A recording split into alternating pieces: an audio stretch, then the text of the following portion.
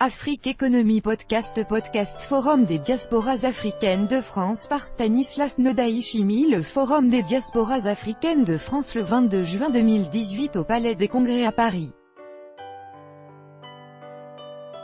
Dr 1500 participants sont attendus ce vendredi au Palais des Congrès de Paris, où se tient le Forum des diasporas africaines.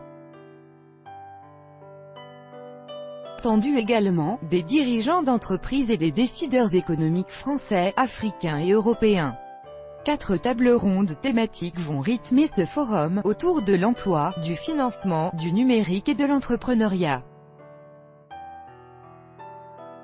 Les débats du Forum des diasporas africaines tenus il y a 4 ans en France tournaient notamment autour de la promotion de la paix et la lutte contre le racisme. Cette année, le développement économique est au cœur de l'événement. Un forum des diasporas, au service de l'intégration Afrique, Méditerranée, Europe. Jean-Louis Guigou, président de l'IPMED, l'Institut de prospective économique du monde méditerranéen, en est l'initiateur. Ce forum n'a pas pour objectif d'écouter les doléances du genre « on est malheureux, on n'a pas d'argent ». Non, il s'agit plutôt de créer un axe Afrique-Méditerranée-Europe. Nous disons, quels sont les acteurs qui peuvent construire ces relations, qui sont jeunes, mobiles, qui ont de la passion et qui connaissent les codes pour aller en Afrique. C'est la diaspora, un manque de coordination. Les diasporas africaines s'associent par pays ou région d'origine. Des associations souvent concurrentes. L'organisation pratique de ce forum a été confiée à Marc Hofmeister, président de Classe Export. Comme je suis neutre, je ne suis pas sénégalais, je ne suis pas tunisien, je ne suis pas marocain, c'est ce côté neutralité qui fait que je peux fédérer. Je suis, monsieur loyal, de tas de gens du conseil d'orientation, qui eux sont légitimes. Le président de l'IPMED attend beaucoup de ce forum. Le deal, ce qui va sortir de ce forum, c'est d'abord une prise de conscience de la puissance de ce mouvement africain et méditerranéen. De leur richesse. Et la deuxième chose, ils vont dire, d'accord, on va faire un effort pour travailler collectif, mais il leur faut être intégrés dans les politiques publiques, en recevant notamment des subventions de l'État français ou de l'Union européenne.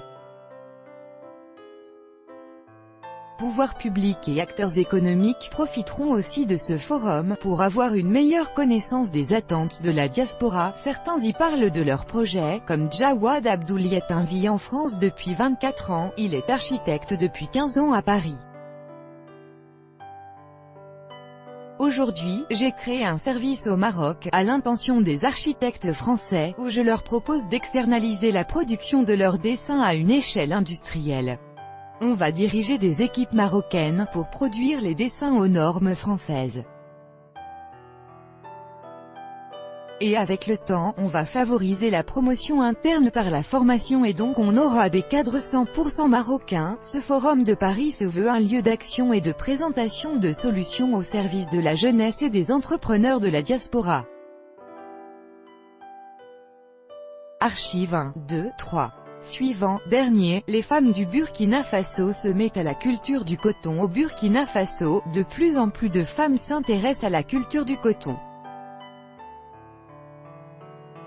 Le village de Guiba est au centre-sud du pays, à environ 150. Le Congo-Brazzaville s'apprête à exporter sa première cargaison de minerai de fer. 800 tonnes de fer, c'est la quantité acheminée au port de Pointe-Noire, en vue de son exportation, par une société anonyme congolaise.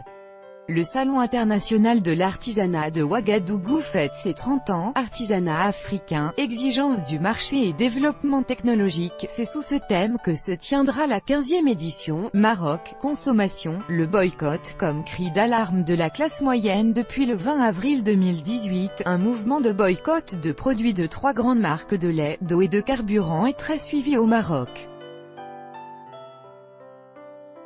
Il vise les groupes. L'Afrique de l'Ouest se mobilise contre la striure brune, un virus qui attaque le manioc gari au Bénin, Atiéké en Côte d'Ivoire, foufou en rez-de-chaussée. Le manioc est à la base de l'alimentation en Afrique.